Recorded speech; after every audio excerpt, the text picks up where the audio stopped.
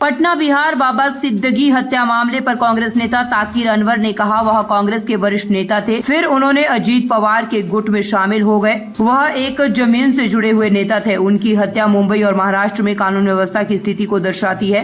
ये हमला दिखाता है कि मुंबई एक बार फिर अंडरवर्ल्ड के हाथों में है। बहुत दुखद है। बाबा सिद्दीकी एक समय में कांग्रेस के वरिष्ठ नेता थे। अभी उन्होंने एनसीपी ज्वाइन किया था अजीत ग्रुप को, और मैं कह सकता हूँ कि ज़मीनी नेता थे। काउंसलर पहले बने, उसके बाद विधायक बने, फिर मंत्री बने।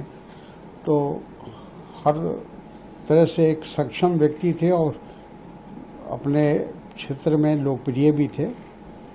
और दुखद है कि इतने बड़े पद पर रहने वाले व्यक्ति पर इस तरह से दिन दहाड़े कहा जाए तो गलत नहीं होगा कि उन पर हमला हुआ और उनकी मृत्यु हुई, उनकी जान चली गई।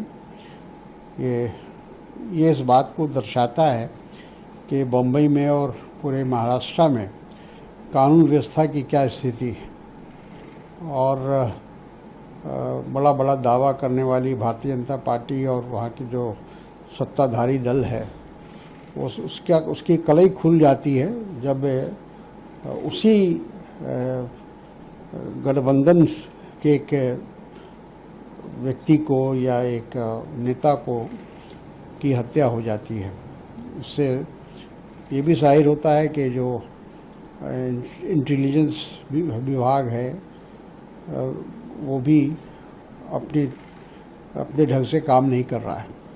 नाना पटोले कांग्रेस के अध्यक्ष महाराष्ट्र ने कहा है कि ये तो सीधा साधा एकदम लॉ एंड ऑर्डर पर सवाल है कि क्या हो रहा है। बिल्कुल उन्होंने सही कहा है पटोले जी ने, और सारे लोग इस बात को स्वीकार करेंगे कि जिस तरह से दिन दहाड़े हमला हुआ है और उनकी जान ली गई है, उससे तो बिल्कुल स्पष्ट हो गया है कि बम्बई एक बार फिर से जो अंडरवर्ल्ड के हाथ में जा चुका है और कई हत्याएं वहाँ हुई हैं, कई लोग हमले हुए हैं।